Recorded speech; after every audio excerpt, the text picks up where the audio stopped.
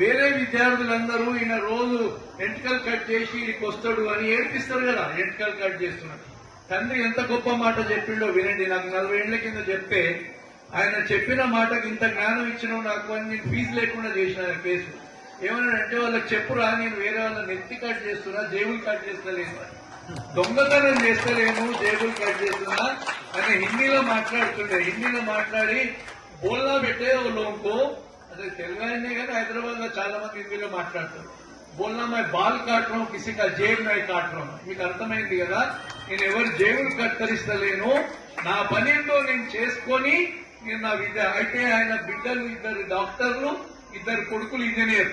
అందుకని ఏం పని చేస్తున్నాం అన్నది కాదు క్రైటీరియా, ఎట్లా చేస్తున్నాం అన్నది క్రైటీరియా. ఇప్పుడు నా దగ్గరకు వస్తారు అడ్వకేట్, మా ఆఫీసులో అల్మార్ల నిండా బుక్కులు ఉంటాయి.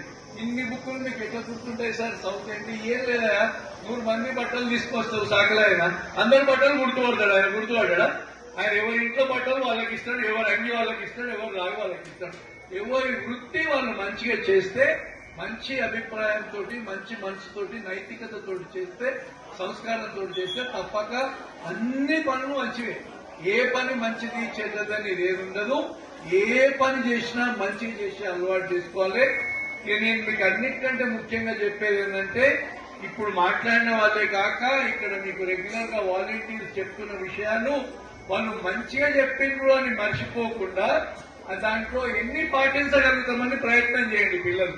ఇప్పుడే కొందరు తల్లిదండ్రులు చూస్తూనే ఉంటే అక్కడ కూర్చొని మాట్లాడుతున్నారు కాబట్టి పని చేయాలని చెప్పినడా అంటుంది ఒక అమ్మాయి, నేను చేయాలి చూస్తున్నా నేను. పిల్లలకి జనరల్ ఎట్లా అంటే మనం చెప్పని అలవాటు కాదు, తర్వాత మనం కూడా బాధపడతాం వాళ్ళకి ఏం పని నేర్పించలేదని.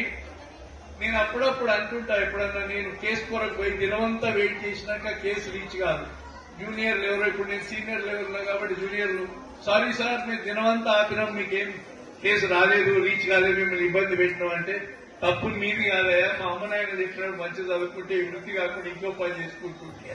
అందుకని మీరందరూ కూడా మళ్ళా మా అమ్మ నాయన చెప్పినప్పుడు సరిగ్గా చదవలేదు అన్న బాధ లేకుండా మీ నుంచి కాగలిగినంత చదవండి. ఎన్ని మార్కులు వచ్చినాయి క్రైటీరియా కాదు. ఒక ఆయన 50 వస్తాయి, ఒక ఆయన 70 వస్తాయి, ఒక ఆయన 90 వస్తాయి. ఒక ఆయన కష్టపడి చదివినా 50 వచ్చినా కూడా పర్వాలేదు. కానీ నేను కష్టం చేయలేదు, చేస్తే ఇంకా ఎక్కువ వస్తుండే అన్న అభిప్రాయం లేకుండా కష్టపడే ప్రయత్నం చేయండి. మీ నుంచి కాగలిగినన్ని మార్కులు తెచ్చుకోండి. మార్కుల కంటే ఎక్కువ సంస్కారం ముఖ్యమన్నది చెప్తున్నారు కదా, అది చాలా విలువైన మాట. దాన్ని ఉట్టిగా విని మర్చిపోకుండా పాటిస్తేందుకు ప్రయత్నం చేయండి. నమస్కారం అందరికీ.